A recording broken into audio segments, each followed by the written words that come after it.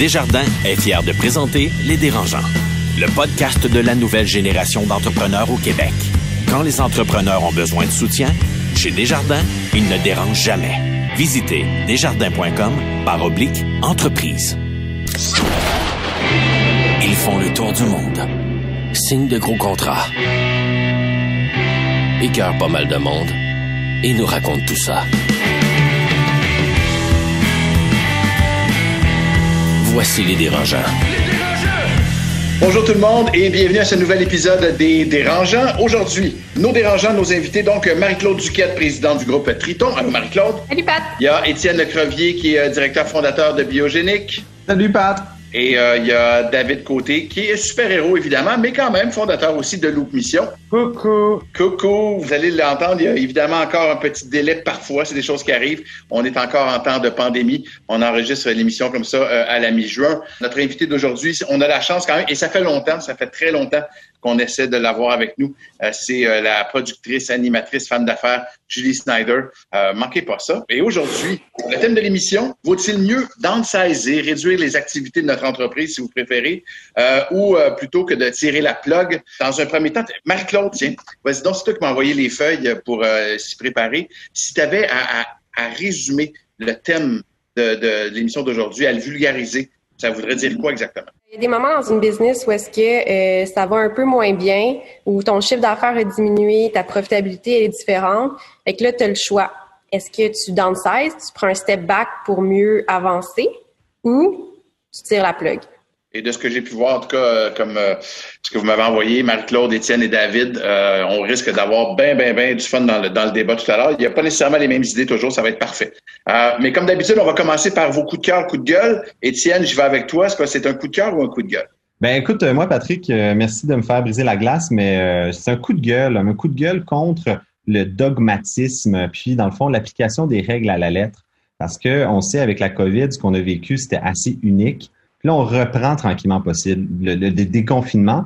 Mais ce que je vois, c'est que on applique un peu la règle à la lettre. Tu sais, il y a des bars qui pourront pas réouvrir, il y a des propriétaires d'établissements qui pourront pas avoir leur chiffre d'affaires juste parce qu'ils ont le mot bar dans leur établissement, alors qu'il y a clairement des cafés du coin qu'on va être bien plus tassés, qui vont être beaucoup plus susceptibles de transmettre le virus.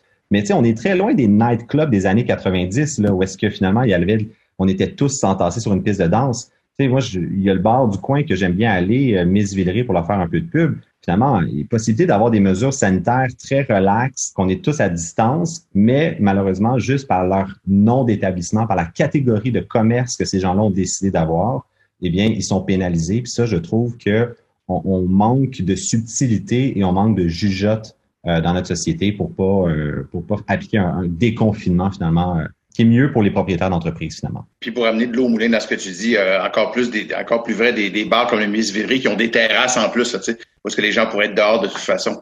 On leur interdit de reprendre les affaires et on les étouffe encore plus longtemps. David, coup de cœur, coup de gueule. Je savais pas là jusqu'à temps que tu me poses la question, mais moi c'est un coup de cœur. Okay. J'ai envie de vous envoyer de l'amour à vous autres, parce que tu sais. Moi, c'est la première année que je fais les dérangeants, là, puis on m'a invité il y a 8 mois, 9 mois en me disant « Hey, ça va être cool, on va faire les dérangeants. » Puis j'étais comme « Hey, peut-être, je sais pas trop, OK, je suis occupé, je suis pas sûr que ça me tente. » Puis finalement, c'est vraiment cool les dérangeants. C'est une belle gang. Comme j'ai envie de vous voir quand on se voit plus. Puis là, je vous vois la face là, sur Zoom là, de loin, là, puis je m'ennuie de vous autres. Fait que ça veut dire que je suis content que vous m'ayez invité. Fait que mon coup de cœur, c'est à vous autres d'avoir pensé à moi. Merci bien. Magnifique coup de cœur, tabarouette. Les effets de la pandémie se font sentir chez toi, David? Ouais. J'ai juste le goût de te faire un câlin, mais je peux pas. je le ressens à distance. Oui, hein? Marie-Claude, toi, est-ce que c'est un coup de cœur ou un coup de gueule? C'est un coup de cœur. Scoop! On vient de finir l'entrevue avec Julie Snyder. Puis pour moi, elle a toujours été un modèle féminin très fort pour au côté entrepreneurial. Je l'aimais déjà, mais là, je l'adore. Alors, écoutez cette entrevue-là, vous allez juste tomber en bas de votre chaise. Fait attachez-vous. Ben effectivement, on a fait l'entrevue juste un petit peu avant, question d'horaire pour Julie. Fait qu'on est prêt à écouter l'entrevue avec Julie Snyder. C'est bon? Tout le monde est prêt à y aller?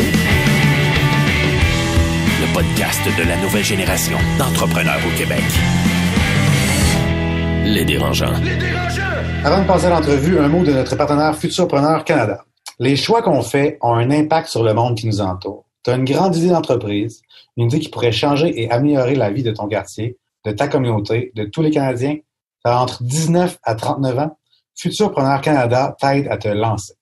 Tu le sais déjà, développer un produit, créer un site web, ça prend du cash.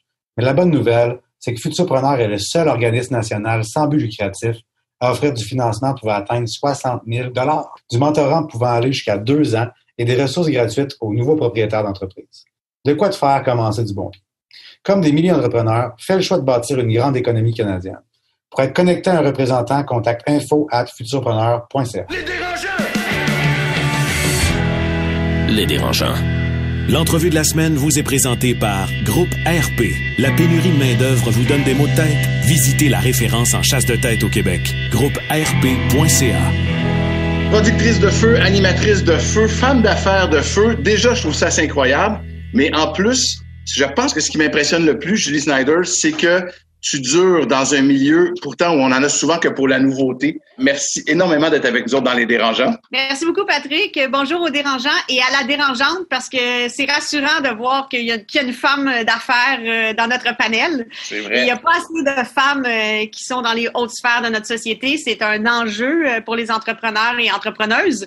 Et je suis contente de voir qu'on est en bonne compagnie avec Marie-Claude. Ah, merci, Julie. Je le disais, Julie, ça a l'air bête et des fois peut-être pour les gens de l'extérieur, mais c'est vrai que c'est pas évident de durer dans un milieu comme le nôtre. Durer dans un milieu dur, c'est un milieu difficile ou contrairement à d'autres milieux, par exemple, si j'avais été avocate, mais quand tu vieillis comme avocate, tu es mieux payé, ton tarif horaire augmente, tu prends de l'expérience, tu peux être nommé juge. Une fois que tu es juge à la retraite, tu peux faire des médiations où tu es encore mieux payé. Donc, ta valeur augmente avec l'usage. Mais nous, c'est le contraire. Les animatrices, notre valeur descend avec l'âge. C'est une grande difficulté pour les femmes. On serait pas capable là, de nommer 10 femmes en haut de 50 ans qui font des émissions de variété à la télévision, qui sont actives en ce moment, alors qu'on serait facilement capable de nommer une dizaine d'hommes. Et est-ce que ça te fait peur? Est-ce que tu y réfléchis souvent? Oui, ça me fait peur. Ça m'a fait peur. En fait, c'est pour ça que j'ai fondé ma maison de production en 1997, parce que je voyais d'autres animatrices comme Marguerite Blais, qui, à l'âge de 42 ans, s'était fait dire qu'elle était trop vieille. Puis Marguerite a dû complètement se réorienter. Elle est devenue restauratrice. Elle a fait une faillite. Après ça, elle est retournée aux études et finalement, elle est devenue ministre. Là. Elle a fait une maîtrise et un doctorat. Puis aujourd'hui, elle est la ministre qu'on connaît. Mais c'est en voyant le sort qui était réservé aux femmes un peu plus vieilles que moi à l'époque que je me suis dit, je vais fonder ma maison de production. Parce que si jamais j'ai un cancer du sein puis que je perds mes cheveux, je suis consciente que je pourrais plus être à la télé ou je suis consciente que je peux me faire dire à 40 ans que je suis trop vieille. Donc, ça m'a motivée à fonder ma maison de production.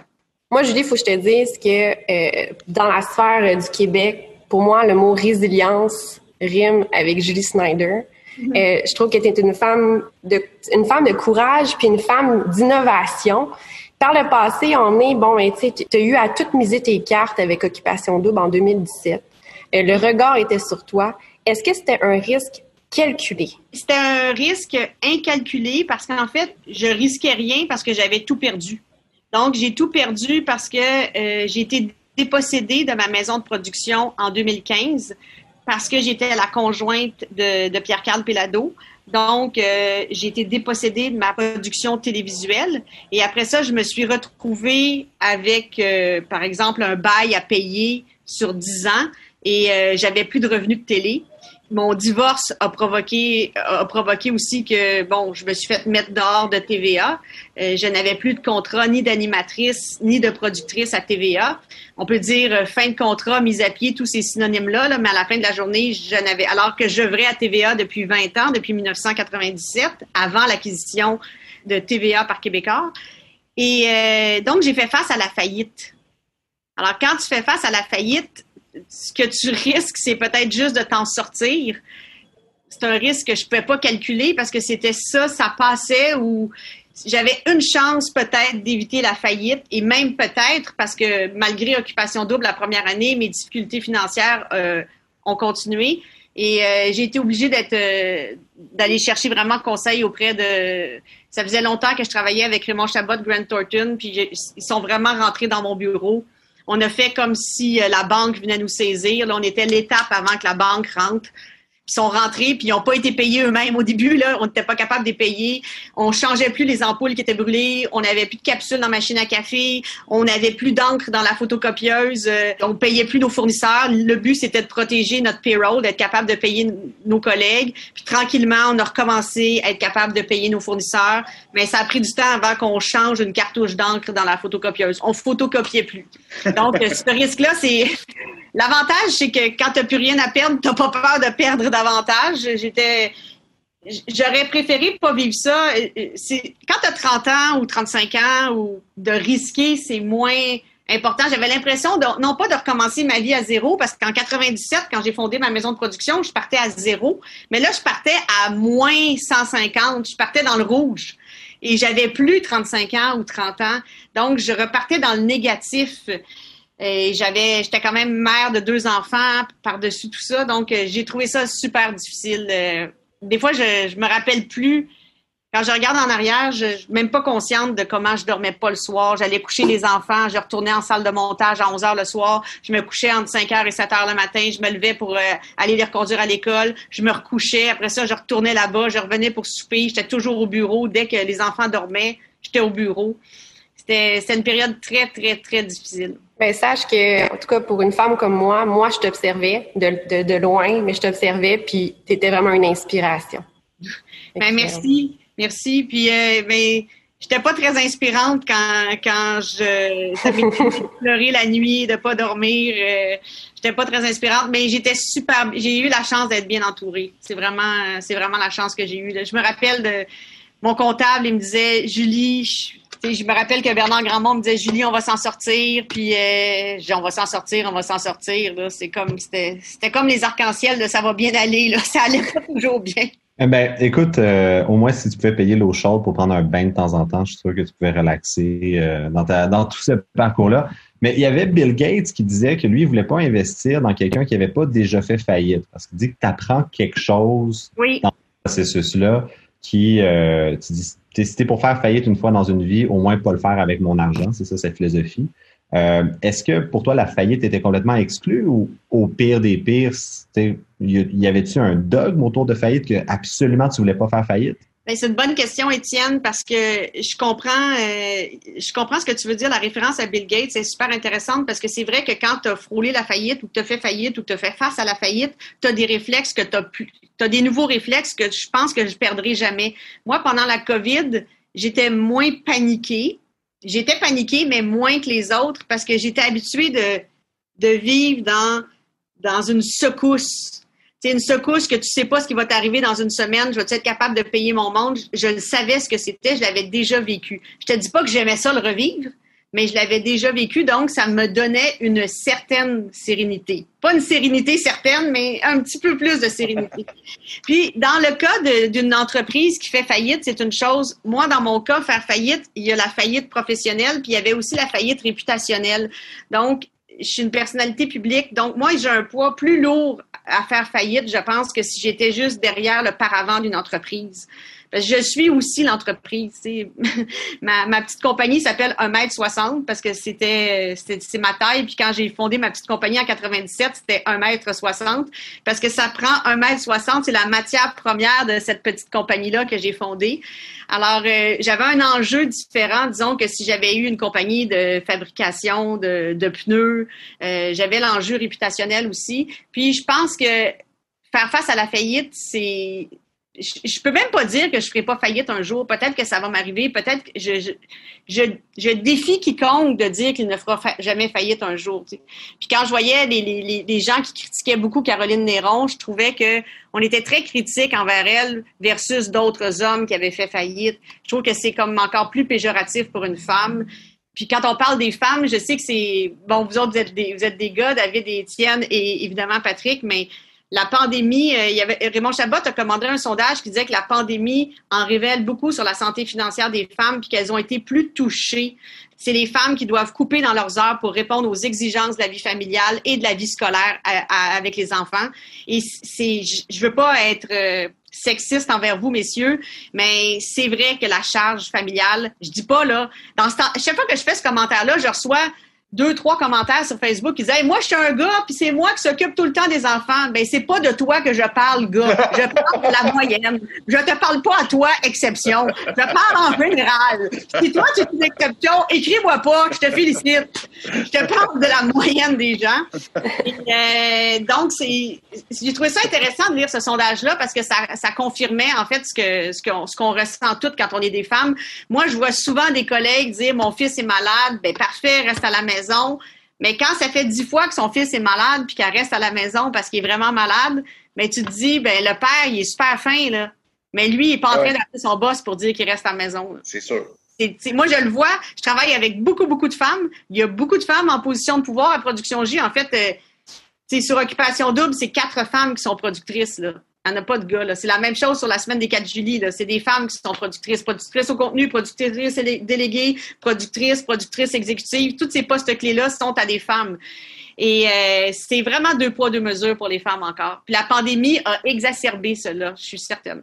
Julie, on va lâcher les écueils de 2015, mais j'ai une dernière question à te poser là-dessus, en tout cas pour moi du moins, parce que moi, tu vois, je viens de perdre mon show à la radio, puis tu vois, tu as parlé d'écueils, d'enjeux réputationnels, tout à l'heure professionnels, mais tu as aussi 2 enfants, moi j'en ai 3. Est-ce qu'il n'y a pas aussi un enjeu face à nos enfants? Qu'est-ce qu'ils vont penser? Comment tu te sentais à ce moment-là face à tes 2 enfants? Tu sais, moi, je le vois, là, tu sais, t'es mal à l'aise, on dit, ben papa a perdu son show radio, faites-vous-en pas, ça va bien aller. Comment ça s'est vécu, vous autres? Moi, les enfants c'est sûr que les enfants, quand ils ont compris que j'allais plus animer le banquier, c'était comme, il y avait une réaction à ça. Mais j'essayais de le tourner en quelque chose de positif en disant, ben, c'est génial, ça va me permettre de faire autre chose. Mais dans le fond de mon cœur, je pensais pas ça, là. Tu sais, c'est comme toi, Patrick, tu penses pas que c'est génial de perdre une émission de radio, mais t'essayes de rassurer tes enfants. Puis quand j'ai appris la nouvelle, que je perdais mon emploi au banquier. Je l'ai appris dans le Journal de Montréal. En fait, je suis tout de suite allée aux toilettes pour me laver les mains, me regarder dans le miroir, penser mon émotion, mon stress. Puis je me suis dit, qu'est-ce qui est le plus important aujourd'hui, là? Puis je me rappelle que mon fils avait un oral ce jour-là sur la Première Guerre mondiale. Puis là, je me suis dit, quand tu vas sortir de la toilette, là, l'affaire la plus importante, c'est l'oral de Thomas. C'est ça. Et je suis sortie des toilettes, puis j'ai fait comme... Bon, Thomas, répète-moi donc ton oral avant de partir à l'école. Puis j'ai essayé de me concentrer sur mes enfants plutôt que de me concentrer sur mon stress. Je pense que les enfants l'ont quand même bien pris. Mais tu as raison que ça nous inquiète pour nos enfants. Puis c'est sûr que mes enfants remarquaient que ma fille, elle disait, mais maman, quand on va magasiner, moi, je m'achète des chaussures puis des t-shirts, mais toi, tu t'achètes rien. Pourquoi tu t'achètes rien, tu sais? Je dis, maman, elle a beaucoup de vêtements. Puis c'est vrai que j'avais beaucoup de vêtements, là. Je faisais pas pitié, là. J'avais de l'eau chaude, là, comme dit Étienne. Tu sais. Je manquais pas d'eau chaude, puis je manquais pas de vêtements. Mais les enfants, même quand tu leur dis pas, ils finissent par remarquer des choses que tu penses pas qu'ils vont remarquer. Tu sais. Mais en même temps, je te dirais que, Patrick, nos enfants, ils ont des échecs à l'école, ils ont des mauvaises notes dans un examen, puis nous, quand on leur montre que la vie continue puis que on va bifurquer vers autre chose, les enfants apprennent plus par l'exemple que par ce qu'on leur dit. Et peut-être qu'ils vont apprendre plus. Ils vont se rappeler. Moi, je me rappelle quand mon père a perdu son emploi, il n'a pas fêté fort ce jour-là. Il était un peu plus sombre que d'habitude, mais je l'ai vu se retrousser les manches, je l'ai vu faire d'autres choses, faire d'autres projets. Puis cet enseignement-là, ils vont en tirer profit. Mais je te comprends, c'est probablement ce qui est le plus difficile, c'est faire face au regard de son enfant quand on vit en eau trouble. Ouais. J'ai pris des notes, je te remercie pour les encouragements. Julie, je suis curieux, comment que c'est d'être une femme en affaires qui est une personnalité publique, mais qui en plus, parce que tu es une boss, tu as des employés, tu as du monde à gérer, mais tu es une personnalité tellement bubbly, puis pétillante, puis positive, mais dans la vie, dans les affaires, on le sait, il faut aussi renvoyer du monde, faut faire des coups durs des fois. Elle est comment la Julie en coulisses comme boss? Qu'est-ce que les employés de Julie disent de Julie à sa façon de gérer? Je ne sais pas, mais tu sais, je suis pas Je pense que j'ai été une femme d'affaires qui a beaucoup modulé ses affaires. Pendant les 15 ans où j'étais en couple avec mon ex-époux, je travaillais en équipe en fonction de mon ex-époux, donc j'étais pas vraiment très présente dans toutes les opérations de mon entreprise. Je suis devenue plus présente après. En fait, je suis devenue plus présente. J'étais très présente au début, au moment de la fondation de mon entreprise. Puis après ça, ma vie de couple et le travail en équipe avec mon ex-époux ont pris le dessus. Puis après ça, je suis redevenue plus présente. Alors, je te dirais que comme femme d'affaires, j'ai modulé mes interventions. Je suis sûrement plus calme et compréhensive aujourd'hui que je l'étais quand j'avais 30 ans. Okay. C'est sûr que je suis plus compréhensive. C'est sûr que la vie m'a rendue plus compréhensive aujourd'hui. Puis, je sais m'entourer de gens plus forts que moi. C'est pas moi qui va faire les budgets des émissions de télé. Là. Je suis très, très mauvaise. Faut pas me laisser contrôler un budget parce que je mets tout à l'écran. Là. Moi, j'ai la réputation de vouloir donner le meilleur à l'écran. Pour moi, mon boss, c'est le public. T'sais. Fait que c'est pas mon banquier, mon boss. Là. Donc, ça serait des tonnes de diamants, là, mettons. Alors, moi, là, j'aurais tout. Là. Ça serait là comme... ça serait vraiment... je mettrais tellement tout à l'écran là, que ça arrêterait pas. Donc, il faut savoir... s'entourer de gens plus forts que soi. Puis ça, je pense que c'est ma force, c'est de reconnaître que les gens qui ont plus de talent que moi. Puis moi, je dis souvent, je suis pas celle qui a le plus de talent, mais je suis celle qui sait trouver les gens qui ont plus de talent. Ça fait pas longtemps là, qu'on parle des femmes en entrepreneuriat puis qu'on leur donne un petit peu une lumière puis qu'on se dit, OK, c'est important de mettre devant les femmes entrepreneurs, mais il y a 15 ans, c'était pas comme ça du tout, là. Puis, est-ce que tu as quand même vu une différence depuis 2-3 ans qu'il y a plus d'espace pour ça? Ou bien c'est juste un show, puis c'est juste des belles paroles, mais en fait, dans les faits, ça change pas vraiment? Oui, je vois une différence quand même. Je vois une différence parce que je vois comme on est moins gêné de parler de girl power, de girls club, parce qu'en affaires, il y a vraiment un boys club, là. Il existe, il est présent.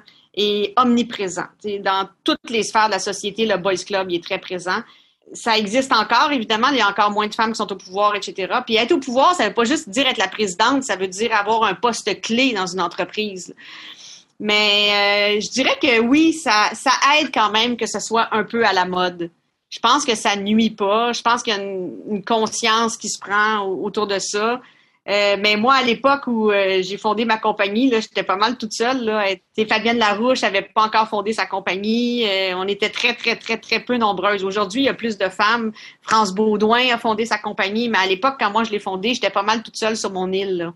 Il n'y avait pas beaucoup de roses sur cette île-là. Là. Ben, juste pour rebondir ce que tu as dit, Julie, ça me fait rire quand j'ai su. Je pense qu'en mars 1982, Lise Wattier avait été nommée l'homme du mois dans le magazine Business. Ça n'a pas de bon sens. En 82? 82. C'était l'homme du mois.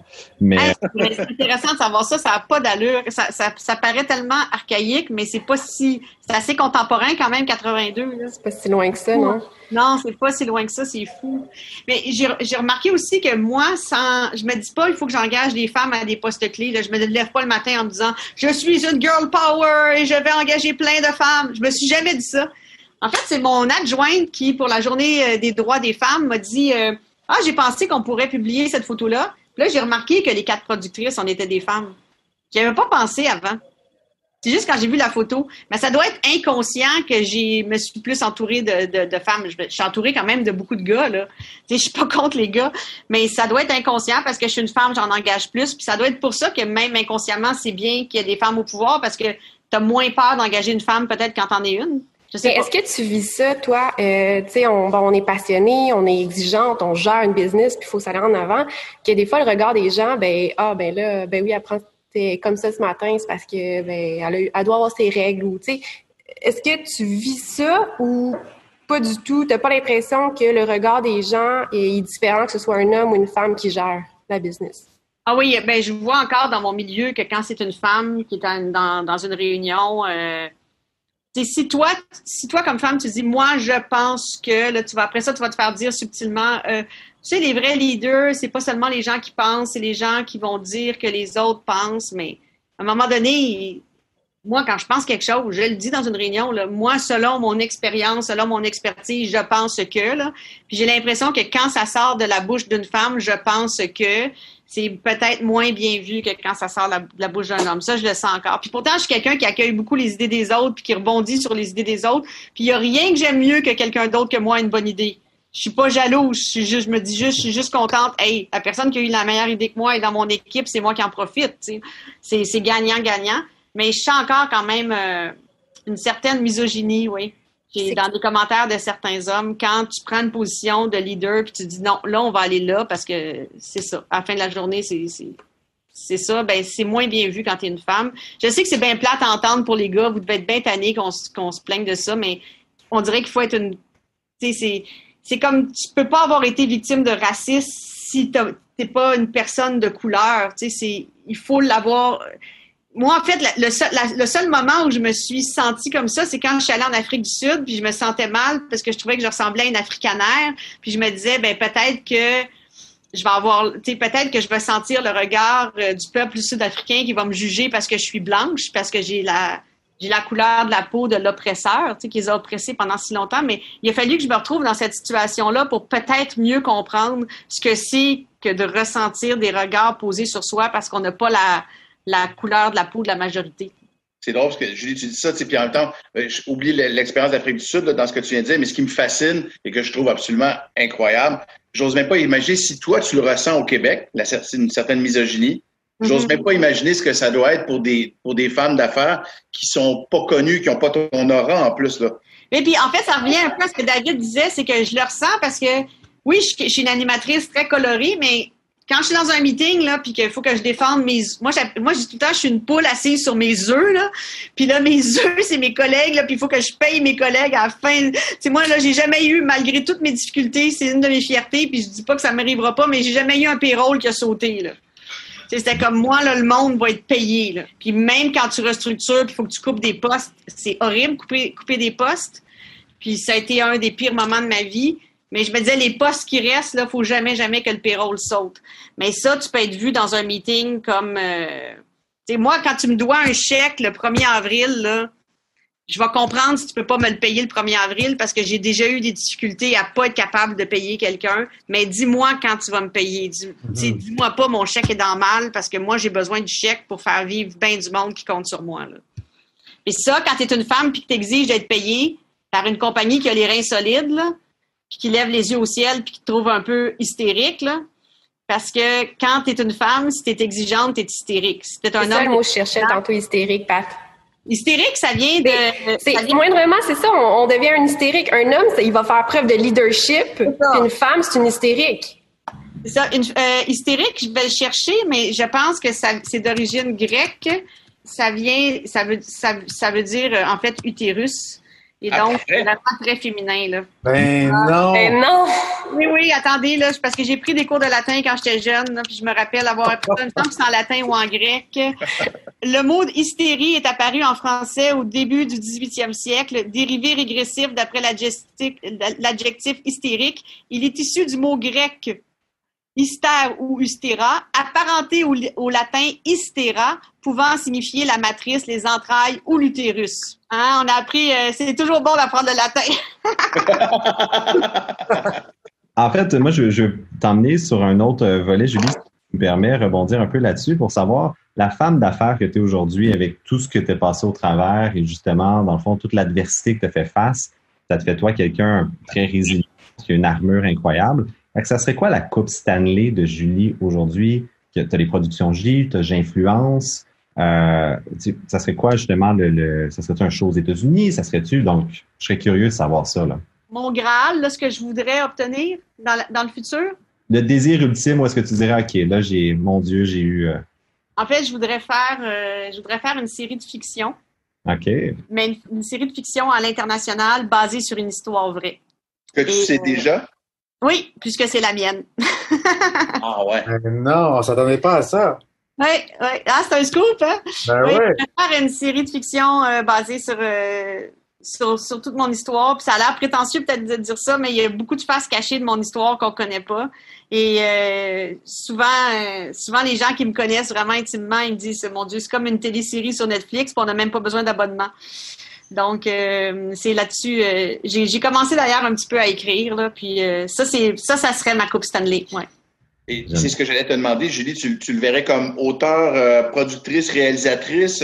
Non, pas réalisatrice. Je me verrais comme co-auteur, co-scénariste et coproductrice aussi. Okay. Ouais. Est-ce que tu jouerais ton propre rôle? Non, mais j'aurais des petits punchs de temps en temps où j'apparaîtrais. Tu sais. Mais je serais pas là tout le temps, j'aurais juste des petits punchs. Je serais la narratrice de certains passages. J'ai quand même commencé à écrire des scènes. Au début, j'avais des offres pour écrire un livre, puis je suis pas capable. Ben en fait, quand j'écris tout de suite. Moi, pour la télé, là, mon écriture est tout en. Je suis tellement conditionnée à être dans la télé qu'on dirait que c'est plus facile pour moi d'écrire en forme série que de l'écrire en livre. Donc, pour l'instant, c'est une série. On va peut-être faire un livre avant, je sais pas. Mais Julie, tu le dis toi-même, il y a un paquet de personnes donc, qui connaissent des pans cachés de toi, cachés en tout cas que peut-être secrets, là, que les gens connaissent pas de le public. Mais si le public ne les connaisse pas, ces pans-là, c'est qu'il y a sûrement une raison, c'est que tu n'as pas voulu les dévoiler. Or, Ouais. les envoyer comme ça au grand public, il n'y a pas un risque, ça te fait pas peur, il n'y a pas, je sais pas. Ben, s'il n'y avait pas de risque, ce serait pas excitant, ce serait pas la Coupe Stanley. Parce que souvent, quand on dévoile des choses, à un moment donné, il n'y a pas de point de non-retour, là. Mais des fois, c'est le fun. C'est le fun d'être un livre ouvert. Puis, je pense que beaucoup de gens se reconnaîtraient. Les histoires les plus personnelles deviennent les histoires les plus universelles. Puis, je pense qu'à travers mon histoire, j'espère que beaucoup de gens se reconnaîtraient. Moi, en tout cas, quand je regarde l'histoire de quelqu'un dans une série ou tout ça, je reconnais parfois des moments que j'ai pu vivre. Puis, ça me fait du bien. Julie, on a beaucoup parlé de technique, puis de toi, puis d'aspiration, puis bon, etc., etc. On a moins parlé du côté artistique et même, j'ai envie de dire, de patinage. Vous allez faire comment, occupation double avec 2 mètres de distance? Ben, il n'y aura pas 2 mètres de distance parce que ils et elles vont être en confinement avant. Donc, il va y avoir une quarantaine avant avec des tests. Ce qui fait que tout le monde qui va rentrer dans la maison devrait normalement être protégé. Les caméras sur Occupation Double, il y a beaucoup de caméras robotisées. Et quand il y a un caméraman pour les tournages extérieurs, ben le caméraman, c'est facile de se tenir à 2 mètres puis de respecter la CNESST. Donc, on va appliquer toutes les consignes de santé publique. Puis, ça va nous permettre de... C'est ça le concept d'Occupation Double, c'est de mettre du monde, des célibataires en confinement. Ils sont coupés du reste du monde. Puis quand ils vont, par exemple, en Afrique du Sud, ils sont obligés d'accepter les vaccins. Tu sais, si tu veux pas te faire vacciner, ben tu pars pas. Parce que nous, on veut pas mettre la vie des gens en danger. Donc, si tu veux faire partie de l'émission, ben tu dois accepter les vaccins. Donc, c'est la même chose. Tu dois faire des tests pour être sûr que tu n'es pas COVID positif avant de rentrer. Okay. Là, avec le confinement, tu es en train de me dire que la seule façon que je peux rencontrer quelqu'un, c'est qu'il faudrait que j'aille à Occupation Double cette année, hein? Oui, Marie-Claude, puis tu pourrais le frencher parce qu'il serait mis en quarantaine. Fait que j'ai pas besoin de porter de masque! Et c'est parfait! Il y a plein de gars qui vont être mis en quarantaine avant, qui vont être testés, ils vont être désinfectés à l'alcool, pas de problème. Puis là, tu vas rentrer là-dedans, puis là, tu peux frencher qui tu veux. Julie, avec une question, puis justement, on en a un peu parlé, puis c'est bien correct comme ça. Là, à un moment donné, on dirait qu'on en parle tellement beaucoup. Mais il reste que tu as dû battre des records de Zoom, toi, depuis le début de la pandémie, à changer le concept ou à peu près de ton talk show, changer totalement la destination d'Occupation Double. Il y en a qui ont moins travaillé pendant la pandémie. Je pense que c'est le contraire pour toi. Oui, moi, je suis quasiment mal de le dire, là, mais des fois, je me disais, bon Dieu, on a tellement de travail. Puis j'ai engagé une collègue qui était partie pour une autre entreprise il y a plusieurs années. Puis je lui avais dit à l'époque, les portes de Production J de mon cœur te seront toujours ouvertes. Puis quand j'ai su qu'elle avait perdu son emploi, j'ai appelé Marie-Pierre Gaudreau, là, qui est notre boss à nous autres, qui est ma boss à moi à Production J. J'ai dit, Marie-Pierre, on l'engage-tu? Elle dit, oui. J'ai dit, OK, je l'appelle. Puis là, je lui ai dit, tu sais, je t'avais dit que les portes étaient toujours ouvertes, là. Puis elle était toute triste parce qu'elle venait de perdre son emploi. Mais en tout cas, sont vraiment ouvertes, viens-t'en! Puis là, ben, on a pu la ramener avec nous, fait qu'on est super excités. Et oui, j'ai fait beaucoup de Zoom, beaucoup de travail. En tout cas, Julie, moi, si je peux me permettre, juste pour conclure, à la saison 1 des Dérangeants, on avait reçu Jérémy du Temple avant qu'il devienne animateur d'Occupation Double. Puis là, 3 ans plus tard, on reçoit sa patronne. Donc, je pense qu'on a tous les deux progressé. Non, mais Jay, c'est maintenant lui le patron parce que je pense qu'il a redéfini le genre comme animateur. Ce qui est le plus dur, ce qui est le plus difficile, c'est de se trouver un ton très personnel. Puis il a vraiment réinventé le genre à Occupation Double. Mais ce qui est drôle dans l'histoire de Jay, c'est que c'était pas lui qui était pressenti pour être animateur. Puis j'étais allée le voir parce qu'il auditionnait pour devenir chroniqueur sur OD+, en direct. Puis c'était pas moi qui gérais les auditions, mais juste pour encourager les troupes. J'ai dit, je vais aller voir. Puis là, j'ai dit à Madeleine Quentin, c'est qui le gars avec une toque? Elle me dit, c'est Jay du Temple. Là, j'ai dit, c'est une niaise, il s'appelle pas du Temple, on s'en va à Bali. Elle dit, non, il s'appelle vraiment Jay du Temple. Quoi, tu le trouves pas bon? Là, j'ai dit à Marie-Pierre Gaudreau à côté, non, il est super bon, là, il est super bon. Mais j'ai dit, c'est lui l'animateur. Là, eux autres, ils se disaient, coudonc, Julie est un peu stressée, elle va peut-être pas bien, tu sais, on fait face à faillite, elle demande le nom d'un gars qu'elle connaît pas, puis 30 secondes plus tard, elle dit que c'est lui l'animateur, tu sais, elle ferme pas juste, là. Puis finalement, c'est devenu le meilleur animateur qui soit. Mais ça s'appelle le feeling, là. J'ai vraiment eu un coup de cœur quand je l'ai vu, même si je le connaissais pas, je savais que c'était lui. Mais j'avoue que le premier soir, quand il a animé, je me suis dit, mon Dieu, j'espère que je me suis pas trompée. Jay a dépassé tout le monde. L'élève a dépassé le maître et je n'ai jamais été la maître de Jay. Donc, c'est justement pour ça, il s'est vraiment trouvé, il y a vraiment un ton, un style, une décontraction. Il a apporté beaucoup de modernité à Occupation Double. Je lui en suis très reconnaissante. Tu as eu du flair énormément. Julie, on en a parlé tout à l'heure, on dit souvent à nos enfants, ce qui est important, c'est pas de tomber, c'est comment on se relève. Et tu es l'exemple parfait de comment on se relève. Vraiment, bravo. C'est super impressionnant de t'entendre. C'est super inspirant également. Merci d'être passé par Les Dérangeants. Merci, Patrick. Si je peux ajouter quelque chose, Patrick, sur les femmes du Québec, oui. Parce qu'on parlait des femmes qui souffraient plus de la pandémie à cause de la conciliation travail-famille. Mais j'espère que des femmes comme Marie-Claude, on va utiliser notre pouvoir de femme pour qu'il y ait une réforme en droit de la famille au Québec.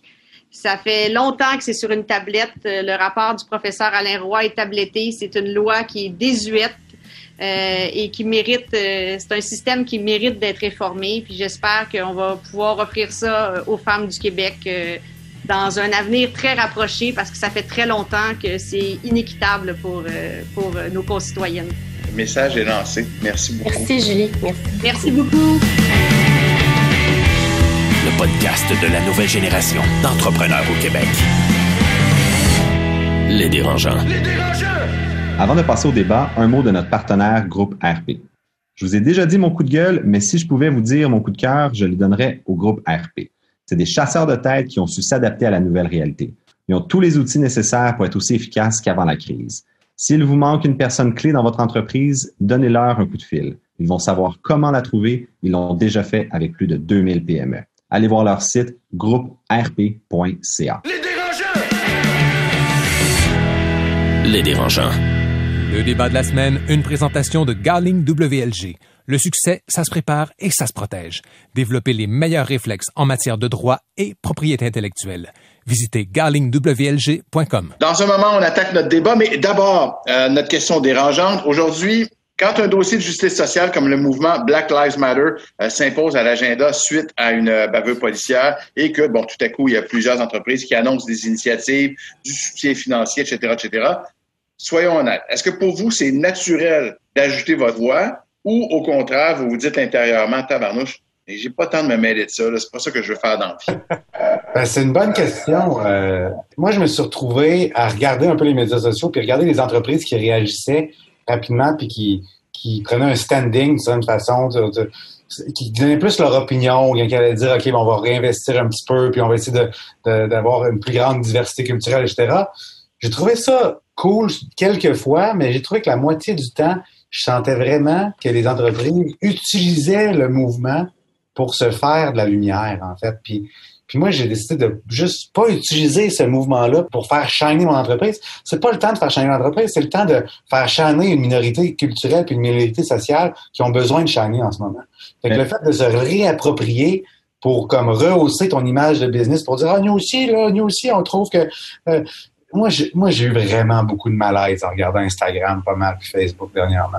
Okay. Ouais, c'est intéressant comme point de vue. Marie-Claude, Étienne, je vous sentais réagir là, comme ça. C'est sûr et certain que, pour rebondir sur ce que David dit, je me suis pas senti obligé d'apporter ma voix parce que j'ai pas d'opinion. Je suis pas une personne qui s'y connaît dans ce domaine-là. Au contraire, je suis roux, je mesure 6 pieds 2, je suis blanc comme un drap. Donc, s'il y a une chose, c'est que je n'ai pas vécu ce que le mouvement Black Lives Matter a vécu. Tu sais, quand j'entends Kim Kardashian ou Kanye West donner leur opinion sur la politique américaine, moi, je trouve ça complètement aberrant. C'est des gens qui ont une tribune incroyable et qui se positionnent sur des sujets qu'ils ne connaissent à peu près pas du tout ou qui utilisent un sujet pour se faire shiner, comme David dit. Fait qu'au contraire, c'est peut-être un moment de se taire et d'écouter ceux qui ont quelque chose à dire, comme des Fabrice Ville de ce monde ou les minorités. Alors, je préfère prendre ce moment-là pour ne pas parler. Marie-Claude, via Zoom, je te voyais opiner du bonnet. Moi, je trouve que quand il y a des mouvements comme ça, l'idée du mouvement, c'est justement de faire shiner un problème qui doit être réglé.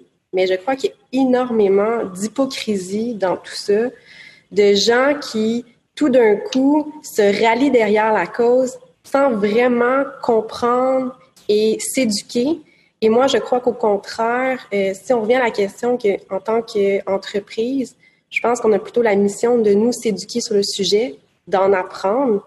Mais non, dans une situation comme ça, moi, j'ai préféré garder le silence et plutôt observer et de m'éduquer. Okay. Ah, c'est intéressant. Merci beaucoup de votre opinion. On est prêt pour le débat? Je vous le souhaite pas, évidemment, mais je suppose que ça arrive dans à peu près chaque entreprise où est-ce qu'à un moment donné, la période est peut-être plus difficile. On traverse des moments qui sont plus rough un peu. Est-ce que dans ces moments-là, il vaut mieux restructurer, peut-être même réduire les activités ou tout simplement tirer la plug? C'est un peu l'idée du débat d'aujourd'hui.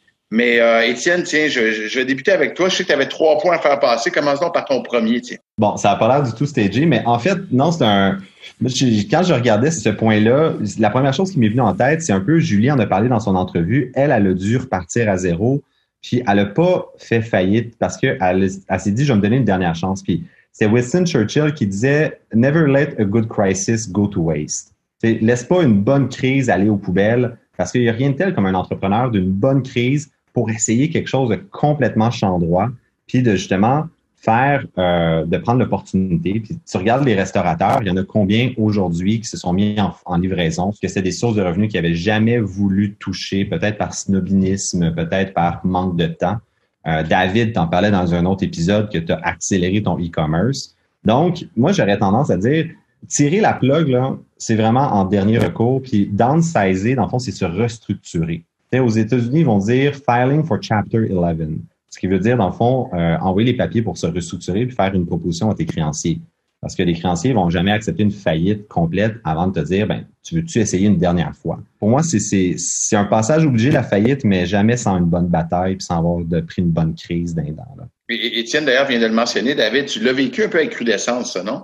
Ah oui, 150%. J'ai été devant une situation où je voulais croître, je voulais continuer à croître, mais j'avais à peu près une diminution. D'une année à l'autre, tout d'un coup, j'avais 15% moins de ventes dans toutes mes adresses.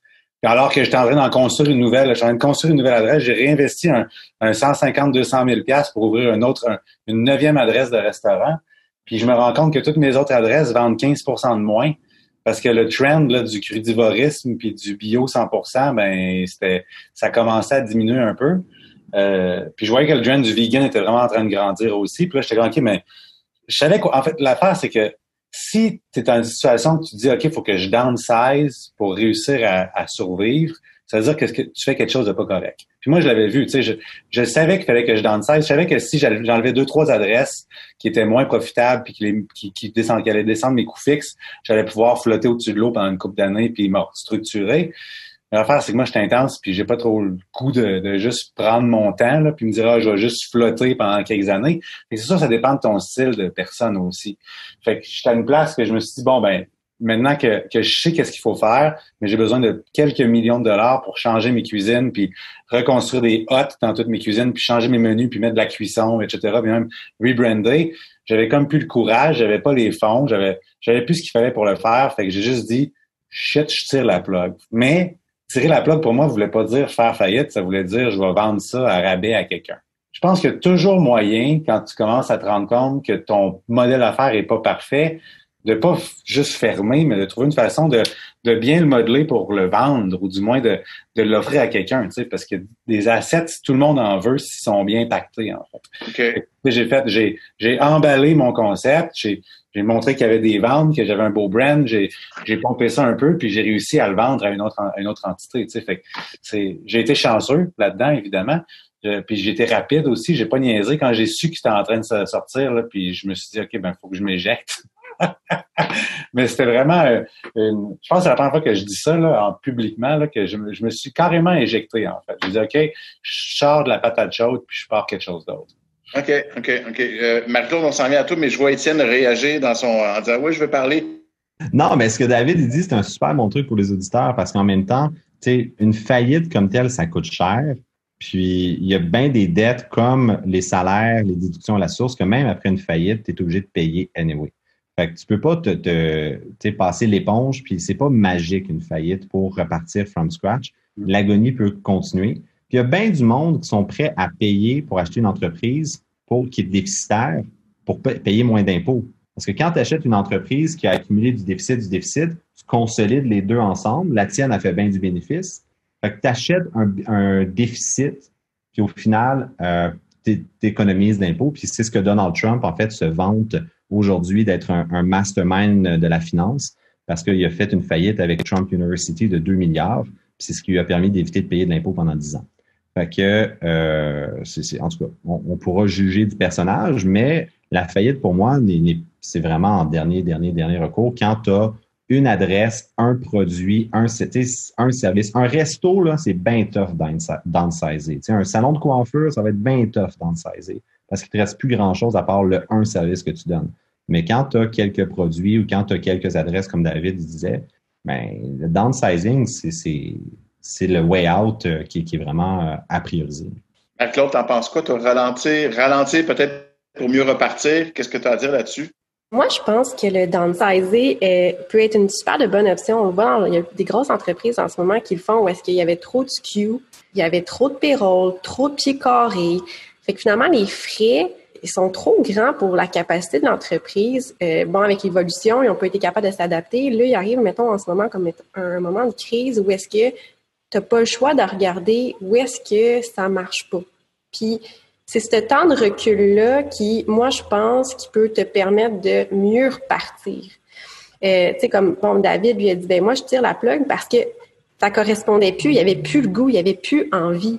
Mais si tu as encore envie puis tu as encore le goût, ben tu es peut-être juste en train de cleaner. Tu sais, cleaner des fonds de tiroir, aller gratter de l'argent qui traînait, que tu prenais pas le temps parce que ça roulait trop vite. Puis là, finalement, il arrive une situation où est-ce que ton modèle d'affaires, il a besoin d'être adapté. Puis il faut que ça s'adapte à la société, il faut que ça s'adapte, tu sais, tantôt les types de restaurants, mais c'est un peu ça en ce moment. Fait que moi, j'ai beaucoup d'entrepreneurs que je côtoie, puis ils se retrouvent devant cette situation-là, puis je vais me mettre dans le bateau de dire, OK, moi, je pense que si j'enlève tel SKU, tu sais, j'ai 200 SKU, puis dans le fond, tu sais, la loi du 20-80, l'argent, où est-ce que je la fais?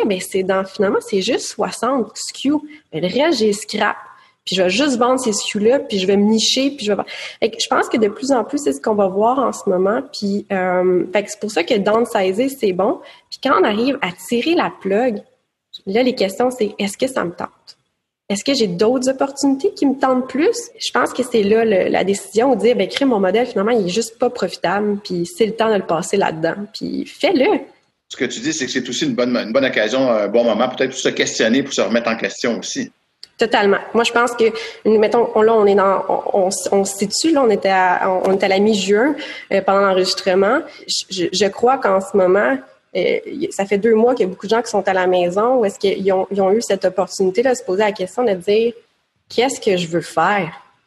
Puis, finalement, je passe du temps avec mes enfants que je passais pas avant. Et qu'il y en a aussi, je pense, qui vont prendre la décision de dire est-ce que je veux une business ou je veux une lifestyle business? Il y a ça aussi, je pense que les gens ont le droit de se poser la question en ce moment.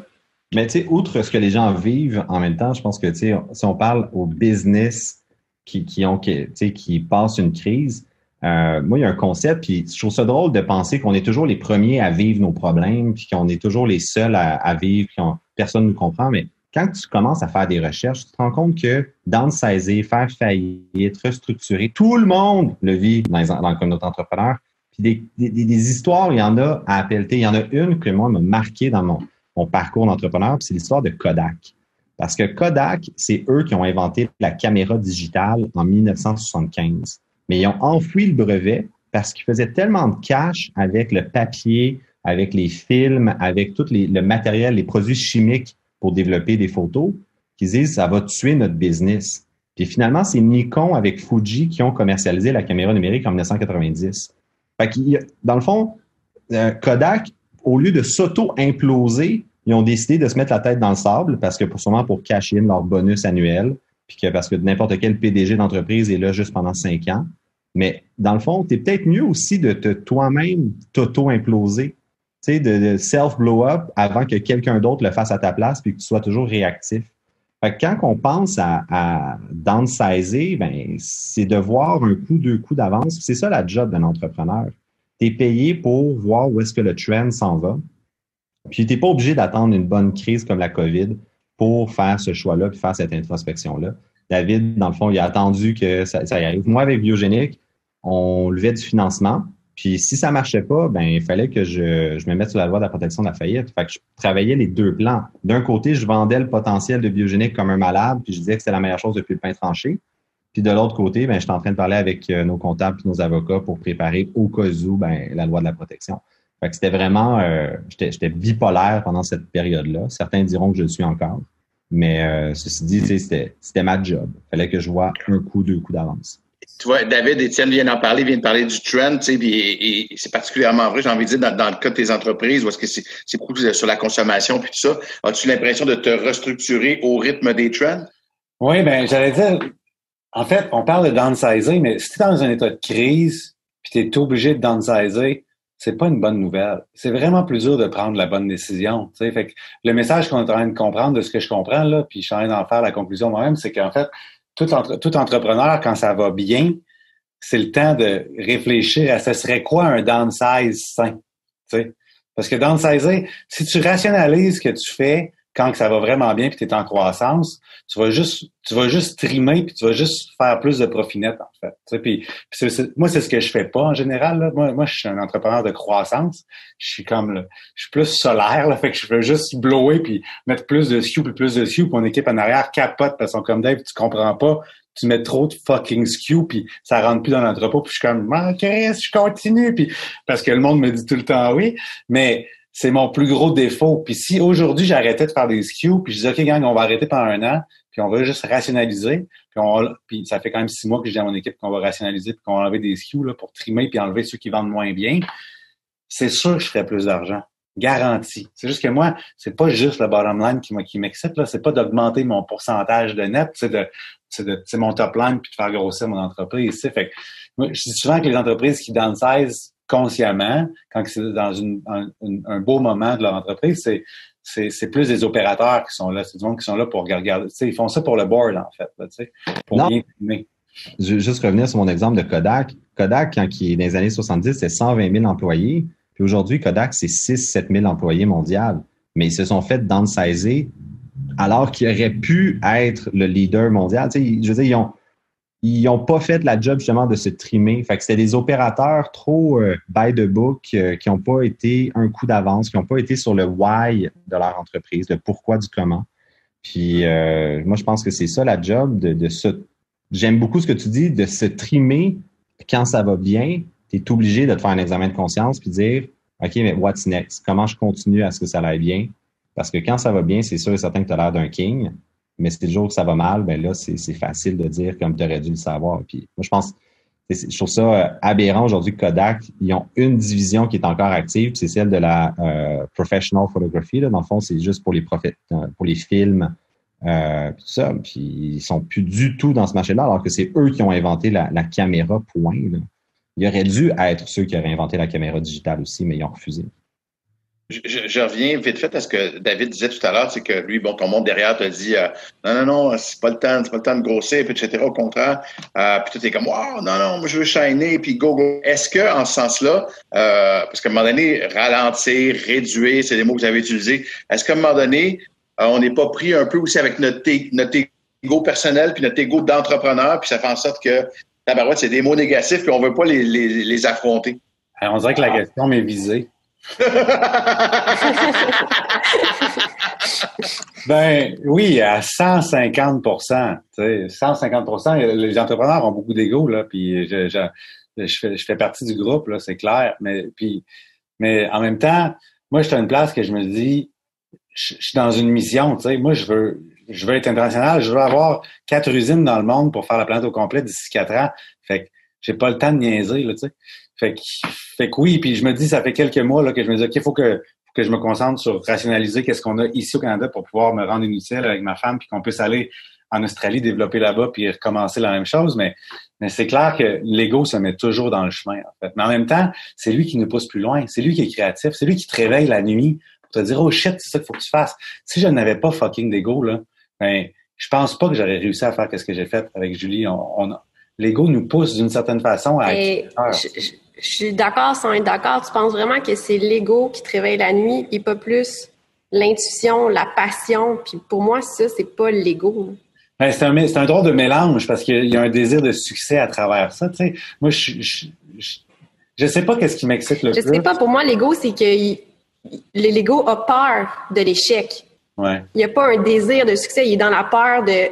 Puis je pense que des fois, quand on est justement trop dans l'ego, on va manquer des belles opportunités. Puis des fois, c'est pas nécessairement lié à la croissance, là, mais des belles opportunités parce que c'est de qu'est-ce que je vais avoir l'air. Tu me fais du bien, Marie-Claude. J'ai l'impression que j'ai moins d'ego que je pensais. Ça me fait plaisir. Ça coûte 80 $ de l'heure. C'est pas cher. C'est half price. Ça a pris 5 minutes, fait que je te dois à peu près 6-7 piastres. Et Marie-Claude et David et Étienne en parlaient, puis mais particulièrement David aussi, cette espèce de réduction dans un moment, de réduction saine jusqu'à un certain point, dans un moment où ça va bien. Est-ce que c'est des choses auxquelles tu penses, toi, quand les choses vont bien? Je pense que c'est super dur. Parce que quand tu as le vent d'un voile, c'est la dernière chose à laquelle que tu penses. Tu penses juste à embaucher plus, à peut-être ouvrir une nouvelle succursale, à un nouveau projet. Fait que moi, je trouve que c'est super dur que quand tu as vraiment le vent et le voile, de prendre ce step back-là, faut que tu aies vraiment une grosse conscience beaucoup plus globale de la business, puis d'être capable d'avoir une vision très, très, très, très alignée sur le pourquoi que tu le fais. Okay. Mais je pense que si tu t'entoures de monde qui pense comme ça, puis qui ont un peu plus peur, c'est là que tu gagnes, en fait. Si j'étais tout seul, là, puis le monde me ressemblait, même si ma femme, qui est la présidente, me ressemblait, on aurait déjà fait faillite, là. Mais d'où la force de le pouvoir de bien s'entourer, puis d'être capable de reconnaître les talents de gens autour de soi qui sont différents des nôtres. Là. Du monde qui nous tiennent un peu en laisse, puis qui disent, ben non, tu peux pas faire ça, puis c'est juste non. Ça va pas marcher. Fait qu'attends 6 mois, puis t'es comme, OK. Fait que c'est un peu, c'est clair qu'il faut bien s'entourer. Étienne? Il y a une autre façon, au lieu d'avoir une blonde qui nous tienne en laisse puis d'avoir la corde au cou, là, c'est d'avoir une mission claire. T'sais, si ta mission dans ton entreprise, c'est faire du bénéfice aux actionnaires, c'est sûr et certain que tu n'iras pas chier loin.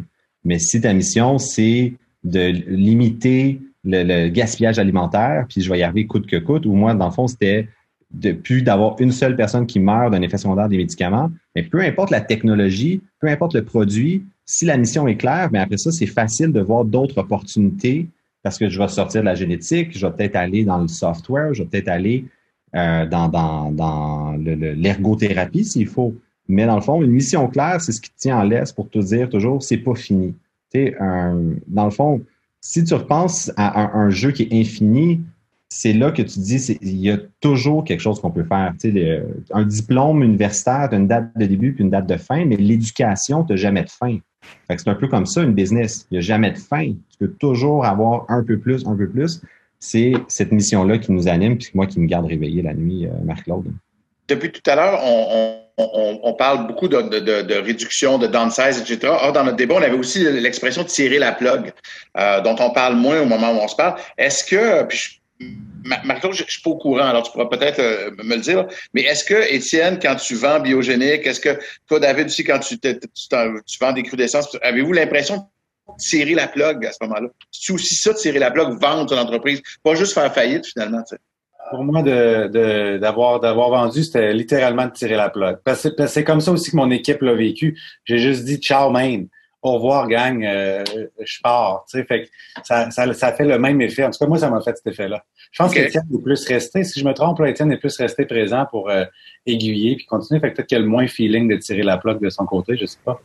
Ben, pas encore. C'est sûr qu'il va y avoir un après Étienne pour Biogénique, puis je suis pas encore dedans. Ça venait avec, c'est sûr, une entente que je reste. Puis, mais tu sais, de mon côté, moi, c'est sûr que c'était mon Biogénique, c'est mon bébé, c'était ma première. Puis, je pense que je vais toujours rester fondateur de Biogénique comme tu vas toujours rester fondateur de Crudescence. Ça va toujours suivre dans notre CV. Mais c'est correct à un moment donné aussi, tu as un enfant, puis quand l'enfant gradue, puis il va à l'université, puis il quitte le nid familial, ben, il fait ses propres erreurs, puis ses propres trucs de son bord. Marie-Claude, serais-tu capable, puis là, vous me corrigerez, là, mais il me semble que dans l'expression « tirer à plug », à un moment donné, je ne sais pas si je dois dire qu'il y a quelque chose d'un peu négatif ou on va même utiliser le mot bien fort, là, peut-être de dire, pas lâche, mais tu sais, de dire « tabarnouche, c'est vraiment le dernier recours », puis serais-tu capable de dire « OK, c'est fini, je tire la plug, c'est fini ». Je sais pas pour vous, les gars, mais moi, il y a des moments où est-ce que t'as une grosse semaine, t'as accumulé une coupe de... Je veux pas dire d'échecs, mais de marde dans une semaine. Puis là, tu te dis, hey, à soir, une femme, là, que je tirerais à la plug. Puis là, tu te verrais bien aller, il me semble, pour un salaire avec un fonds de pension, puis des vacances payées, puis tu te casses pas la tête. Fait que, tu sais, pour moi, des fois, tirer à la plug, là, juste de penser que je pourrais tirer à la plug, ça me fait du bien. Puis là, le lundi, je dis, ben non, tu sais, je ferai pas ça. Mais tirer la plug, je pense que ça va dépendre dans quel état d'esprit.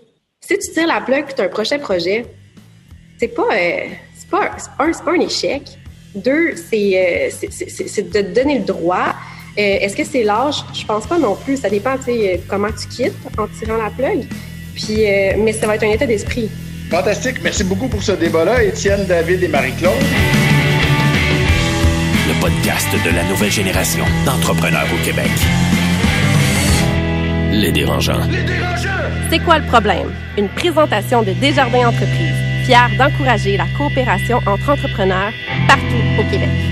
La question du public aujourd'hui nous vient de Marjorie Roux, qui est fondatrice et présidente de Matinée Studio. C'est une jeune agence de communication et de relations publiques à l'échelle nationale, spécialisée en retail, beauté, lifestyle et design. Marie-Claude, tu nous lis la question, s'il vous plaît? Salut les dérangeants. Considérant l'investissement en argent et en temps que ça peut représenter, j'aimerais avoir votre avis sur l'embauche d'un coach d'affaires. L'avez-vous déjà fait? Si oui, que feriez-vous différemment? Merci. Les coachs d'affaires. David, je te vois sourire via Zoom. Qu'est-ce que tu en penses? Ben, c'est parce qu'elle a demandé qu'est-ce que je ferais différemment, puis moi, je pense que ce que je ferais, c'est que j'en engagerais pas la prochaine fois. Mais mérite d'être là. Non, mais les coachs d'affaires, pour vrai, là, c'est vraiment... Ça dépend vraiment de la personne. Il faut vraiment qu'il y ait un bon fit. Puis tu peux pas juste trouver un coach d'un page jaune. Il faut que tu rencontres la personne puis tu passes au moins 1 heure avec cette personne-là avant de dire, OK, toi, je vais te payer 150$ de l'heure pour te prendre parce que c'est vraiment une question de fit. Puis il y a des coachs qui écoutent beaucoup puis qui donnent juste un peu de conseils. Puis ça dépend de tes besoins. Il y a des coachs qui vont comme vraiment te faire des chiffres puis te donner plein de devoirs. Ça dépend vraiment de ton besoin. Fait que un coach d'affaires, c'est un psychologue, en fait. C'est un thérapeute qui te donne le temps de toi réfléchir puis de de sortir puis de dire à quelqu'un c'est quoi tes problèmes pour toi-même trouver les réponses à tes problèmes. En fait, moi, c'est ce que j'ai vu jusqu'à maintenant. Je pense qu'un des dangers, c'est si tu n'as pas identifié vraiment c'est quoi ton besoin. Des fois, souvent, ce que je vois, c'est que tu rencontres un coach d'affaires puis il te donne envie de faire affaire avec lui, mais ça veut pas dire que sa technique ou ses connaissances sont vraiment un match avec ce que toi, tu as besoin d'aller chercher. Fait que je pense que la première étape, c'est vraiment d'identifier exactement ce que toi, tu as besoin pour après ça, trouver la bonne personne s'il y a lieu. Étienne, toi, un coach d'affaires, oui, non? Pour moi, en fait, les coachs d'affaires, il y a trois choses. Tu as les mentors, les coachs puis les consultants. Puis, en général, moi, je suis beaucoup plus pour les mentors. T'as pas besoin de l'engager. Tu trouves quelqu'un, un mentor, c'est bon, 1 an et demi, mais tu changes avec la croissance de ta compagnie. Un coach, c'est quelqu'un qui va plus dans les détails, il travaille pas sur toi, il travaille sur ta business. Fait que c'est quelqu'un, mettons, un comptable, un avocat, quelqu'un qui a une formation un peu plus spécifique, mais qui tu payes. Moi, je trouve ça complètement inutile. Si j'ai à choisir, c'est un mentor tout le temps. Ça, je le conseille fortement par contre. Bon, ben Marjorie, j'espère que ça répond à ta question. Je pense que tu as compris. Un coach d'affaires, à moins d'avoir identifié le problème selon Marie-Claude, t'oublies ça, selon Étienne et David. C'est clair. C'est quoi le problème? Une présentation de Desjardins Entreprises. T'aimerais demander conseil aux dérangeants? Envoie ta question sur lesdérangeants.com/911. Les dérangeants! Les dérangeants. C'est déjà tout pour cet épisode. Je vais laisser le mot. D'abord, merci beaucoup, Étienne. Merci, David. Merci à vous deux. Et merci. Je vais laisser le mot de la fin. Je fais jamais ça, mais j'ai l'impression qu'elle a été transformée par l'épisode d'aujourd'hui. En tout cas, je sais qu'elle l'attendait depuis un méchant bout de temps, Marie-Claude. T'avais hâte de rencontrer Julie. Oui, j'étais vraiment excitée de la recevoir, Julie. Puis, comme je disais, je pense que, tu sais, David, tantôt, on disait, on l'aimait, puis maintenant, on l'adore, cette femme. Et puis, j'aimerais vraiment souligner le mot de la fin qu'elle a dit. Rappelons-nous-en. C'est le temps qu'il y ait des vrais changements qui se fassent pour les femmes. Puis quand je parle des femmes aussi aujourd'hui, j'aimerais parler des infirmières qui travaillent super fort au front, puis qui ont droit à des meilleures conditions. Puis c'est en se tenant ensemble entre femmes qu'on va pouvoir aller atteindre ces conditions-là. Donc, je finis ce mot de la fin de cet épisode-là. J'espère que vous l'avez apprécié autant que moi. J'étais contente de vous avoir avec moi, les gars. Merci Marie-Claude, merci tout le monde. On se revoit aussitôt que le 13e épisode s'en vient. On ne sait pas quand exactement, mais ça arrive. Génial. Bye tout le monde. Ouais. Le podcast de la nouvelle génération d'entrepreneurs au Québec. Les dérangeants.